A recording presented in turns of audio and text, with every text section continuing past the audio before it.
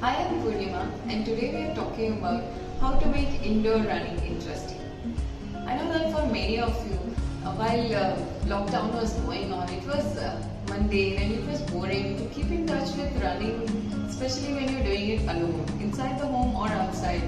So, lakes, parks, everything was vacant, and people were not gathering in communities to do their runs. So, it did get quite boring. From my own experience, I was able to do up to 13 kilometers inside the home, and I have friends who have been able to do up to 42 kilometers inside the homes, running room to room and so on.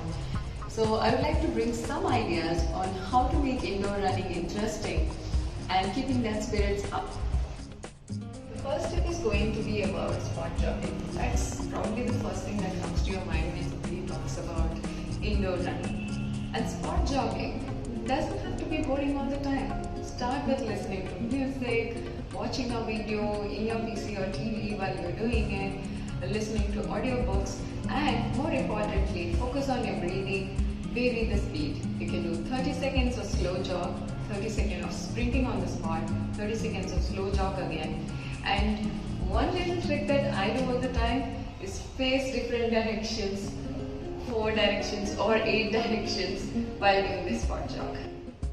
The second tip I want to talk about is to do some of those sprint warm-ups. When we talk about sprint warm-ups, often at the ground we tend to do these high knees and butt kick runs between intervals or on the spot.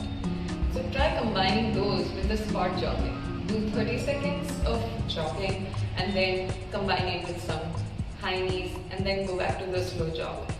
Or do a slow jog and then do the butt kicks and go back to the slow jog. Now this sprint warm-ups will really get your heart going. The third tip I want to talk about is to integrate football drills in your spot jogs or indoor runs. How do you do that is, remember how the footballers practice and they lay out a ladder and jump from one step of the ladder to the next in between the steps and do a little bit of a hop between their runs. You could do that imagining a ladder in your floor of the room, or you could alternatively use a staircase for getting some hops in between your jogs. And in addition, you could also try this exactly.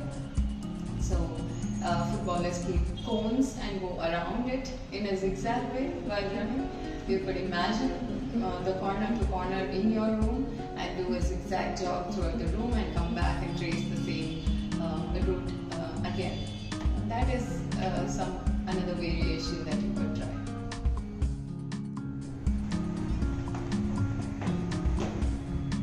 Now let's get to the fourth tip, which is about jog, skip, jog. So just add some skipping in between your jogs. This is the first training that is given to runners by coaches when they are doing those 400 meters training.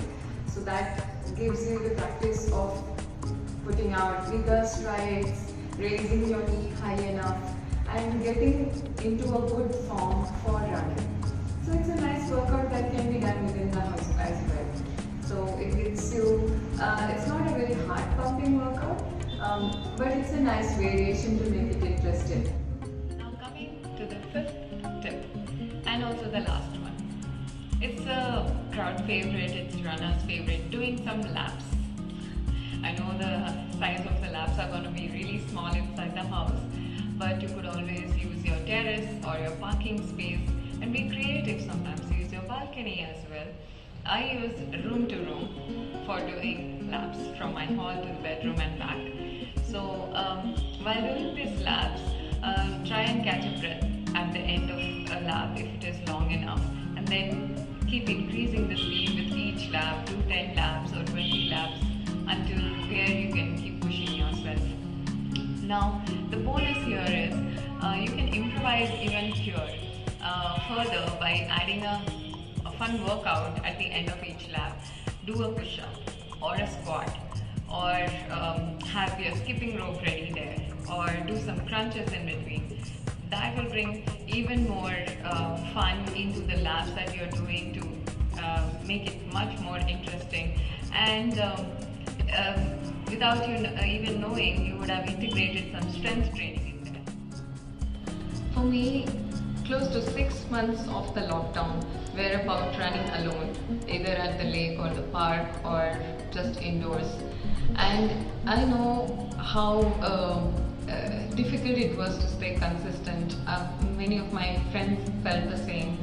And the way I tried to cope with this was to integrate different variations of it and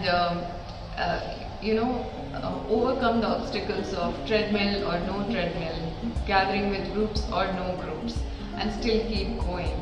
So wish you all the best and hope these tips help you keep engaged and stay consistent with your runs. All the best. See you next time.